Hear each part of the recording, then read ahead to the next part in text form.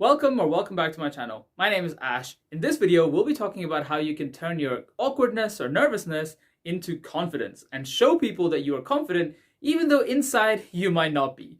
And in this video, I'll be giving you guys 3 tips that you can take and start applying straight away. But for those of you who stay until the end, I will also give you a bonus tip that will bring all of this together. So if you're interested in that, keep on watching.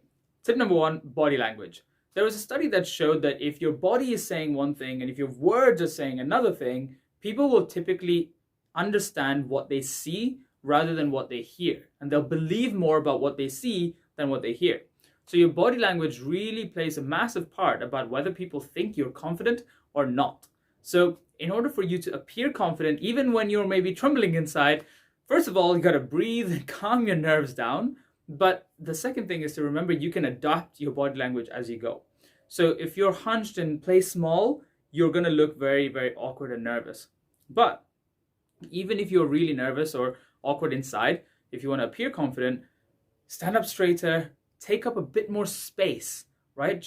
You see confident people when they walk around, they look confident, right? People say, oh my God, that person looks so confident. So you can have the exact same thoughts and exact same words said about you if you just stand up a little bit straighter and take up more space.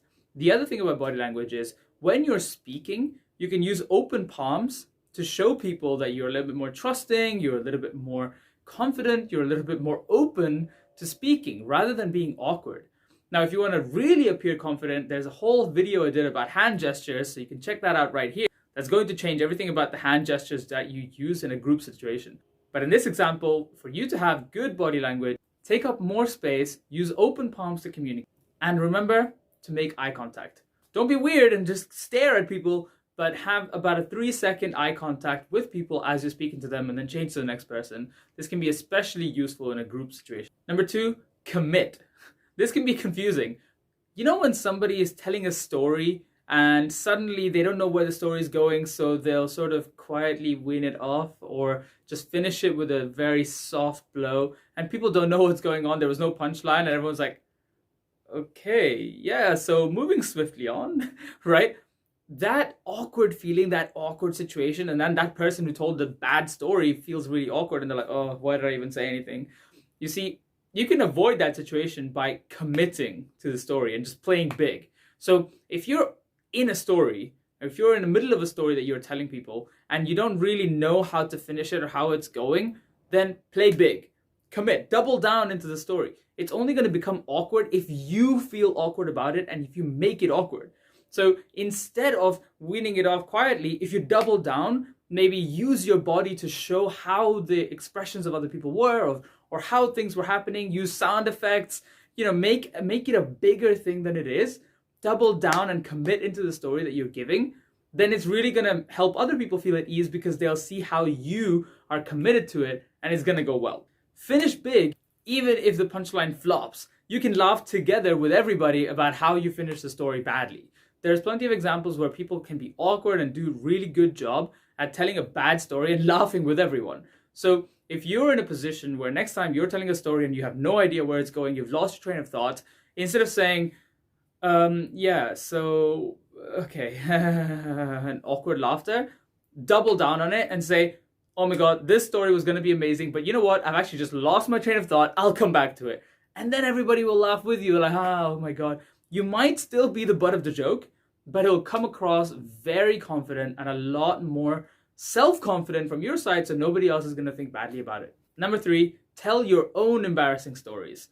See, a lot of times people feel awkward because somebody else is telling an awkward or embarrassing story about them. Now, if you have your own embarrassing story, owning that and telling that story is going to make people think that you are extremely confident. Even if you're nervous inside or really awkward, telling the awkward phase that you had or telling the embarrassing story about yourself is going to let people know that, oh, you know what? You are not embarrassed by this or you're not feeling awkward about this, so I shouldn't either, right? It's okay to laugh with you. So that whole air of awkwardness goes away when you bring that up. Of course, storytelling is a skill that can be mastered and that can be improved.